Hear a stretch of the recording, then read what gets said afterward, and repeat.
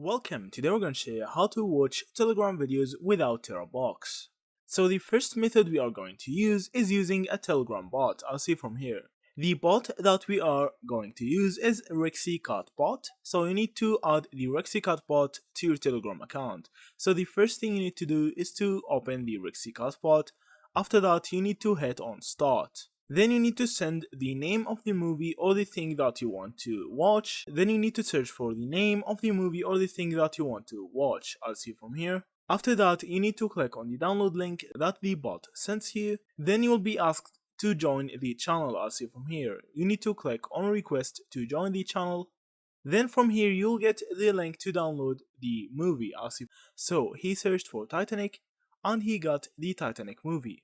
So the next method we are going to use is using your computer. So that's it. That's actually how you watch movies using Telegram without Terabox. Thank you for watching and see you in the next videos.